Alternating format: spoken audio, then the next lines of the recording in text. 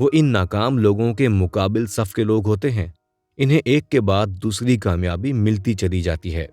یہ بات بھی بڑی دلچسپ ہے کہ وہ آدمی جو توجہ اور خدمات کے لیے شور مچاتا رہتا ہے، وہ دراصل عزت نفس کی کمی کی وجہ سے امداد طلب کر رہا ہوتا ہے۔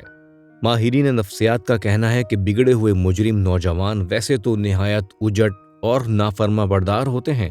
انہیں اگر دیکھا جائے تو وہ ہر وقت احتجاج کرتے نظر آتے ہیں، مگر ان کے سخت کھولوں تلے ایک ایسا نرم آدمی چھپا ہوتا ہے جو دوسروں پر انحصار کرنے کے لیے ہر وقت بے چین رہتا ہے۔ یہ لوگ کسی کے نزدیک نہیں ہوتے کیونکہ انہیں کسی پر بھروسہ نہیں ہوتا۔ اس کا انہیں ماضی میں کبھی تجربہ ہو چکا ہوتا ہے۔ اسی تجربے کی بنا پر وہ کسی پر اعتبار نہیں کر پاتے۔ یہ لوگ ہمیشہ جارحانہ انداز اپنائے رکھتے ہیں تاکہ انہیں مزید دکھ یا صدمہ نہ ہو۔ یہ حملے میں پہل کرتے ہیں اور اس طرح یہ ان تمام لوگوں کو خود سے دور کر دیتے ہیں جو شاید ان کے ساتھ محبت سے بھی پیش آ سکتے تھے۔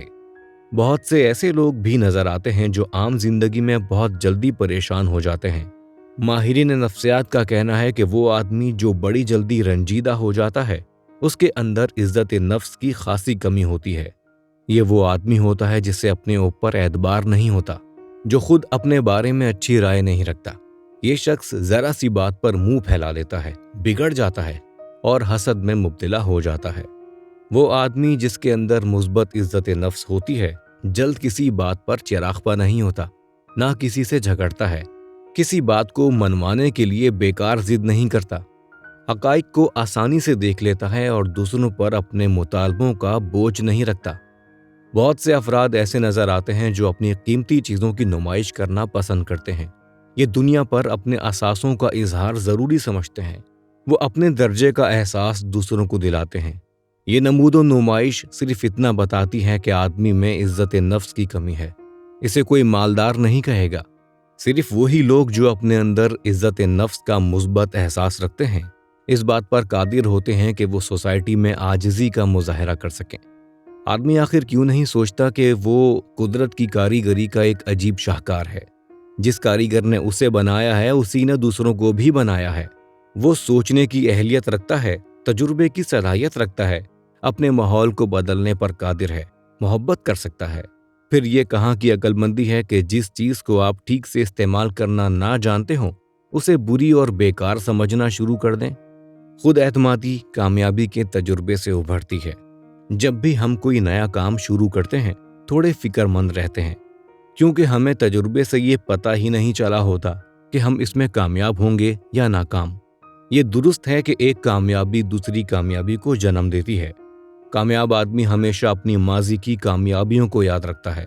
وہ اپنے ماضی کی ناکامیوں کو ذہن میں لاتا ہے، لیکن اس طرح کے جو بھی غلطیاں اس نے کبھی کی ہوتی ہیں، انہیں وہ سیکھنے کے لیے زینے کی طرح استعمال کرتا ہے۔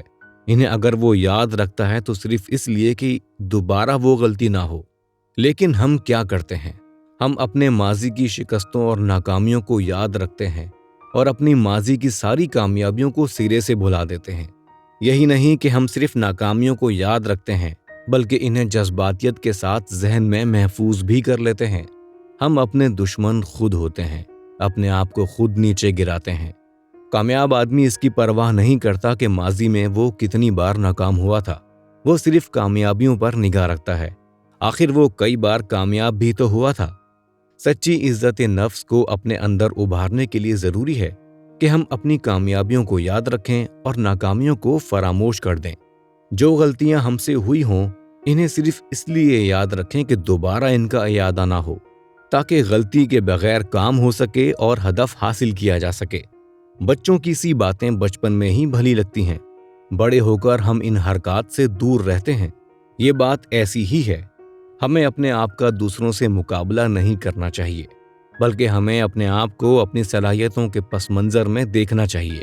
اسی طرح ہم اپنی زندگی کے ڈھانچے کو بہتر سے بہتر بنا سکتے ہیں۔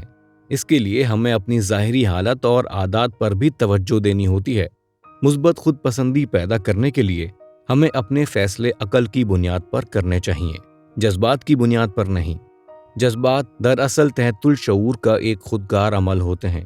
اگر ہم روزمرہ زندگی میں جذباتیت کے دھارے میں بہیں تو اس کا مطلب یہ ہوگا کہ ہم نے عقل، شعور اور ہوش سب کو بالکل مسترد کر دیا۔ کامیاب لوگ بلا شبہ اپنے جذبات سے لطف اندوز ہونے کی صلاحیت رکھتے ہیں، مگر وہ جب فیصلہ کرتے ہیں تو یہ فیصلہ ہمیشہ عقل کی بنیاد پر ہوتا ہے۔ عزت نفس اجاگر کرنے کے لیے ضرورت ہوتی ہے کہ ہم اپنے موجودہ کام یا پیشے کو فخر کرنے کا ایک ذریعہ بنائیں، نہ کہ یہ کریں کہ ہر وقت دوسری جانب ہی دیکھتے رہیں۔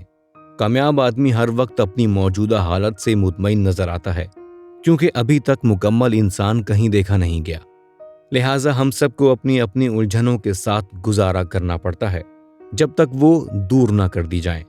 حقیقت یہ ہے کہ سچی اور بدلتی ہوئی زندگی وہی ہے جس میں آدمی جو کچھ ہے اسے قبول کر لے۔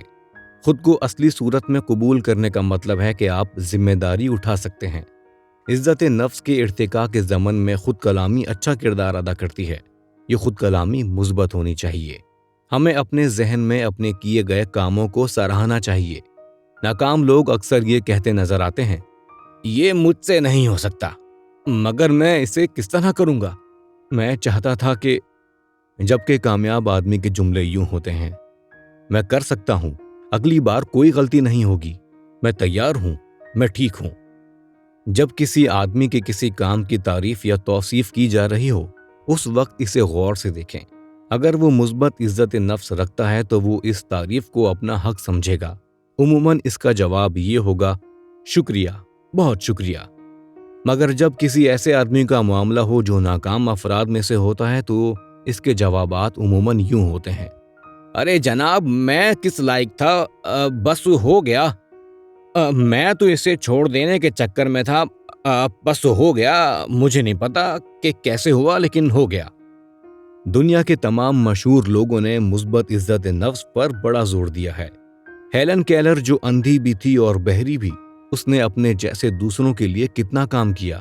پھر آئنسٹائن کو لیں، یہ انٹر لینس کے امتحان میں فیل ہو گئے تھے۔ گیلیلیو کو دیکھیں، اسے درزی بنایا جا رہا تھا۔ اور انور سادات، ایک دیہاتی بچہ۔ ان سب نے لکھا ہے کہ وہ بچپن میں بھی اپنے آپ کو کبھی حقیر نہیں سمجھتے تھے۔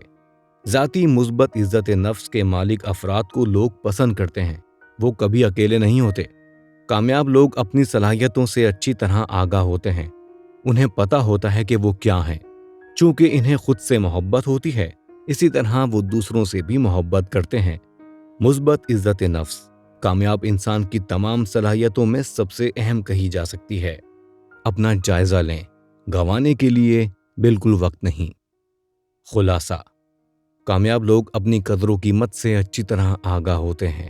وہ جانتے ہیں کہ یہ ورثے میں نہیں ملتی۔ کامیاب لوگوں کے بچے ناکام ملتے رہے ہیں، جبکہ غریب آدمیوں کی اولادیں بہت نامور بھی نکلتی ہیں۔ کامیاب لوگ دنیا کے احکامات پر عمل نہیں کرتے، وہ خود اپنا ایک معیار بناتے ہیں۔ انہیں اچھی طرح معلوم ہوتا ہے کہ خوف اور تشویش آفاقی چیزیں ہیں، تاہم وہ ان کے قدموں میں نہیں گرتے۔ ناکام لوگ دوسروں کے روپ میں جانے کو پسند کرتے ہیں، کامیاب لوگ اپنے ہی روپ پر ناز کرتے ہیں۔ آپ جیسے بھی ہیں خود کو قبول کر لیں، ایک نامکمل، بڑھتے ہوئے عقل مند آدمی کی طرح۔ یاد رکھیں کہ خود پسند ہونا یا خود کو اپنی سطح اور دائرے کے اندر ایک بلند انسان سمجھنا مغرور ہونے کے برابر نہیں۔ جو کچھ آپ کر رہے ہیں اسے سراہیں، اس پر فخر کریں۔ بے شک ہم سب الگ الگ صلاحیتوں کے ساتھ پیدا ہوتے ہیں، مگر ہم سب یہ سوچنے کا حق رکھتے ہیں کہ ہم سب قیمت رکھتے ہیں اور ہمیں بھی زندگی سے لطف اندوز ہونے کا پورا حق ہے۔ تمام کامیاب انسان اپنی قیمت سے خوب واقف ہوتے ہیں۔ بڑے کارناموں کے لیے مثبت عزت نفس بے حد ضروری ہے۔ مثبت عزت نفس حاصل کرنے کے لیے کیا کریں؟ بہترین لباس پہنیں اور اسمارٹ نظر آئیں۔ آپ کا ظاہر آپ کے باطن کی عکاسی کرتا ہے، اسے نظر انداز مت کریں۔ فون کال سنیں تو سب سے پہلے اپنا نام بتائیں، اس طرح آپ کے اندر اپنے لیے مزید چاہت ابھرے گی۔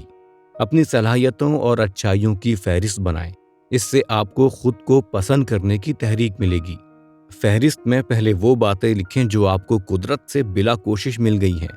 اس کے نیچے اپنے کارنامے لکھیں جن پر آپ فخر کر سکتے ہیں۔ پھر اپنے مقاصد لکھیں، وہ ارادے جو آپ کے ہیں، جو آپ کرنا چاہتے ہیں۔